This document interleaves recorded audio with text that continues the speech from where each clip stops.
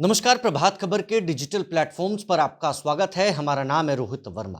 BPSC 17वीं परीक्षा को लेकर बिहार में खूब बवाल देखने को मिला, मगर आज 4 जनवरी है और 4 जनवरी को इस वक्त जो है परीक्षा चल रही है। अभ्यर्थी सेंटरों पर परीक्षा दे रहे हैं। कांग्रेस, राष्ट्रीय जनता दल, माले और विपक्ष की कई ऐसी पार्टियां हैं जो सड़कों पर नजर आई। पिछले 22 से 23 दिनों से यह मामला बिहार में तूल पकड़ता हुआ नजर आया। कल कांग्रेस और लेफ्ट के कई विधायक जो हैं पटना के डाक बंगला चौराहा पर नजर आए, बैठकर विरोध प्रदर्शन कर रहे थे। मार्च भी हुआ और अब कांग्रेस के तरफ से क्या रुख होगा, तमाम बातों पर हम चर्चा करेंगे, विस्तार से जानेंगे। हमारे साथ इस वक्त हमारे फ्रेम में मौजूद हैं कांग्रेस विधायक दल के नेता शकील अहमद खान साहब। शकील साहब, अब क्या रुख है कांग्रेस का, लेफ्ट का और विपक्षी पार्टियों का? रुख रुख में कोई नरमी का सवाल और गर्मी का सवाल नहीं है। रुख जो है वो अभ्यर्थी और लार्जर पैमाने पर स्टूडेंट्स के पक्ष का है। इतना बड़ा systematic failure government of Bihar का, प्रशासनिक तंत्र का हो तो कैसे स्टूडेंट्स को, लाखों विद्यार्थियों को, छात्र छात्राओं को इस सिस्टम पे यकीन होगा।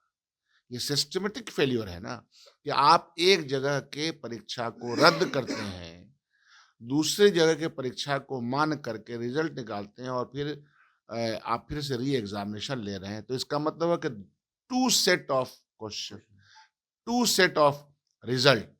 तो ये अपने आप में सिस्टमेटिक फेल्यूर का एक उदाहरण है।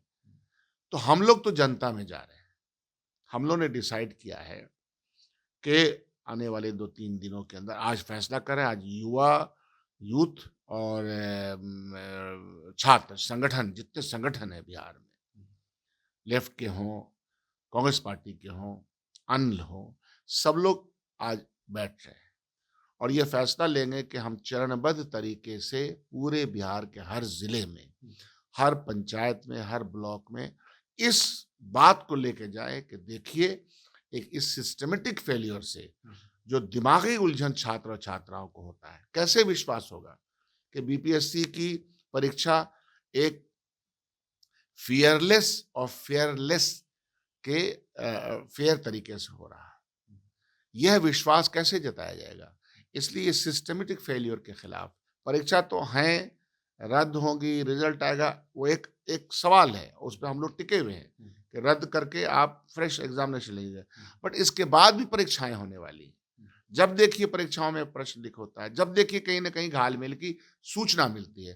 तो सिस्टमेटिक फेलियर के खिलाफ हम लोग जनता में जा रहे हैं। तो 6 तारीख से बड़ा आंदोलन।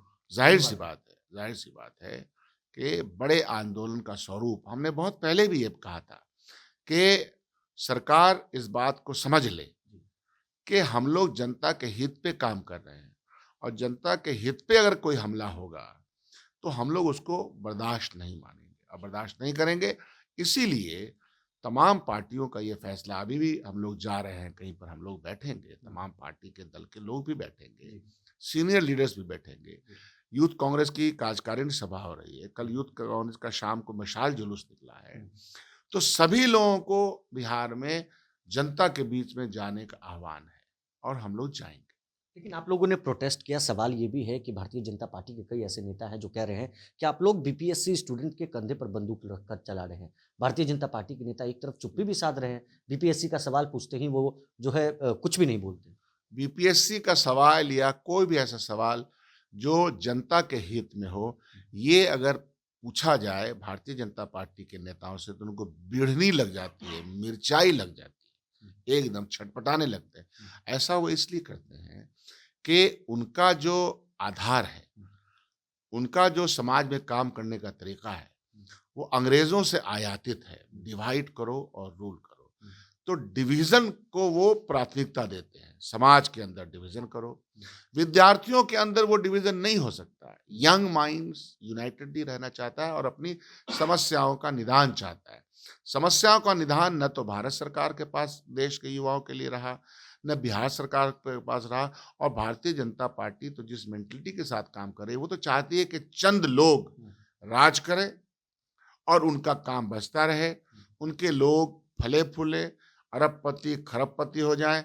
पैसा ज़्यादा हो जाए तो विदेश में जाके बस जाएं, ये तो उनकी अवधारणा है। और उनका जो वैचारिक पटल है, उस वैचारिक पटल पे विद्यार्थियों की समस्या कहाँ आती है, उस वैचारिक पटल पे नौकरी कहाँ आती है, महिलाओं की, किसानों की समस्या कहाँ आती है। इसलिए जब यह सवाल समाज पूछ रहा है तो छटपटा रहे हैं, छटपटाने दीजिए उनको। कांग्रेस और लेफ्ट की पार्टियां पीछे नहीं हटी। काहे के लिए? हम लोगों ने तो डे वन से, ये एजिटेशन हो या इसके अलावा जनता के हित के सवाल को लेकर के, पार्लियामेंट हो, असेंबली हो, पार्लियामेंट के बाहर हो, असेंबली के बाहर हो, कोई भी फोरम ऐसा नहीं होता है जब जनता के हित के सवाल को अगर पक्ष में है तो काम करेंगे, विपक्ष में है तो जनता के हित के सवाल को उठाएंगे, हम पीछे नहीं हटेंगे। कल भी आप लोगों ने प्रोटेस्ट किया, कई लोगों पर एफआईआर दर्ज हुआ है, पटना के डीएम का आदेश जारी हुआ है, इस पर एफआईआर से कौन डरता है?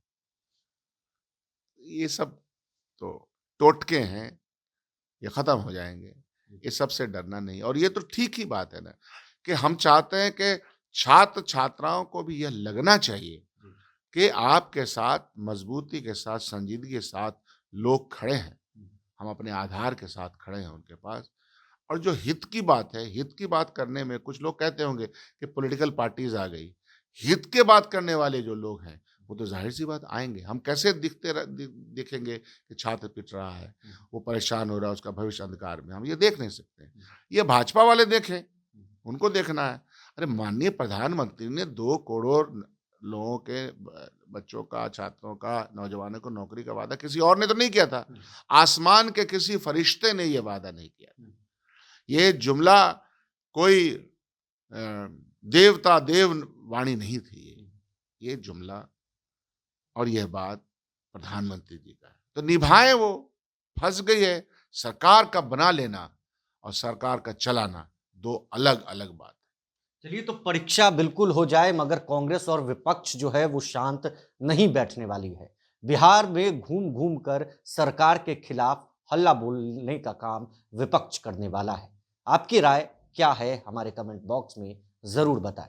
अगर प्रभात खबर के डिजिटल प्लेटफॉर्म्स को आपने सब्सक्राइब नहीं किया है तो जरूर कर लें। पटना से प्रभात खबर के लिए रोहित वर्मा। प्रभातखबर.com, विश्वास वही, रफ्तार नहीं।